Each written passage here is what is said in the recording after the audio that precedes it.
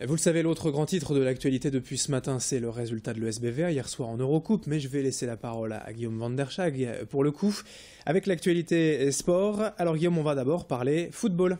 Absolument, avec le LOSC qui reçoit le leader du championnat de France de Ligue 1. Lille 12e reçoit Lyon 1er ce samedi à 16h. Les deux derniers, Lille-Lyon, s'étaient tous les deux soldés par un match nul au Grand Stade.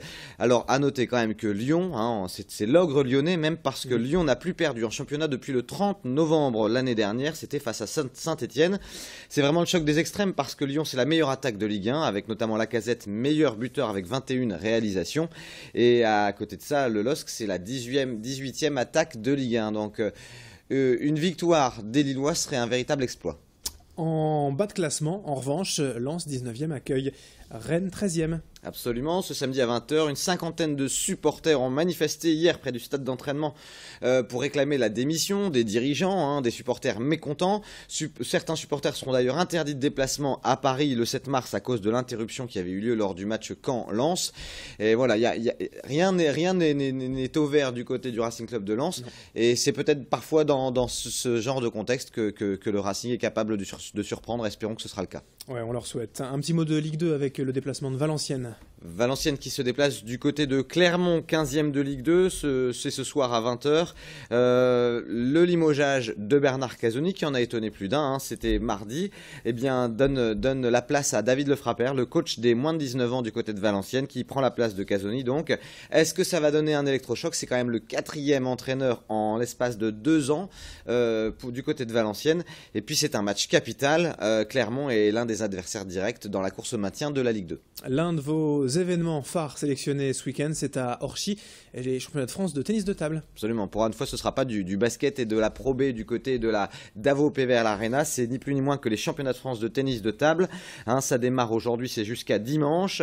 Il y aura les 128 meilleurs pongistes de l'Hexagone dans chaque catégorie. On aura bien sûr la présence de la nordiste, Agnès Lelanic, la vétérane de l'Isle-et-Lanois, Thomas Le Breton pour représenter les couleurs de Brûle-les-Marchiennes, mais surtout il y a un réel espoir de titre de championne de France du côté de Xiaoxin Yang, qui est la numéro 1 du CP l'Isle-et-Lanois, à moins que ce ne soit encore et toujours Chouchou, comme on l'appelle, Chou Li, l'ancienne lissoise, qui est déjà plusieurs fois championne de France. À suivre, on en reparlera très certainement ce week-end et peut-être même dès lundi matin sur Grand Lille TV. Alors en volleyball, un match de la dernière chance pour le TLM, peut-être vous allez nous dire pourquoi. Ouais, c'est clairement le dernier espoir pour le TLM.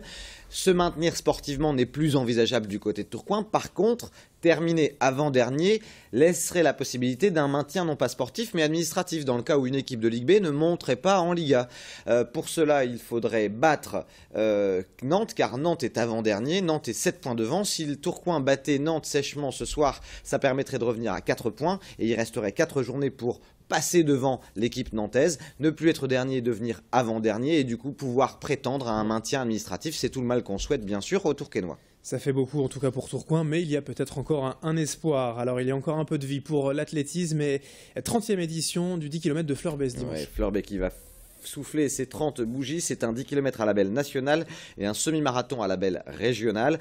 Il y a chaque année plus de 2000 participants, jusqu'à 2500 on espère pour cette édition. C'est la récompense d'un beau travail, notamment du côté de Christian Picotin et de tous les gens qui sont investis dans cette course depuis des années. Et puis rapidement, 30 secondes pour le basket, Guillaume. Oui, avec un match de Pro A, Boulogne 18e accueille Dijon le 4e. Ce samedi à 20h, c'est un gros morceau pour les Boulonnais. Et puis surtout, bien sûr, cette défaite de l'ESBVA en demi-finale allée de l'Eurocup, 57-66 contre le Maccabi Note. C'est une défaite de 9 points, mais qui laisse la porte ouverte à une qualification malgré tout pour la finale. Lors du match retour, à noter que les Villeneuvoises n'avaient pas leur coach lors de ce match aller, qui reste là parce qu'il va devenir papa. Mais il sera bien lors du match retour. On croise les doigts. 9 points, ça peut se rattraper, surtout si le Palacium est en folie ce soir-là. Ce sera donc la semaine prochaine. Avec un avant-match, je vous le rappelle, à vivre en direct sur notre antenne, sur Grand Lille TV, et le match lui-même retransmis en streaming en direct sur la chaîne Dailymotion. On aura l'occasion d'en reparler. Merci Guillaume et bon week-end. Bon week-end à tous.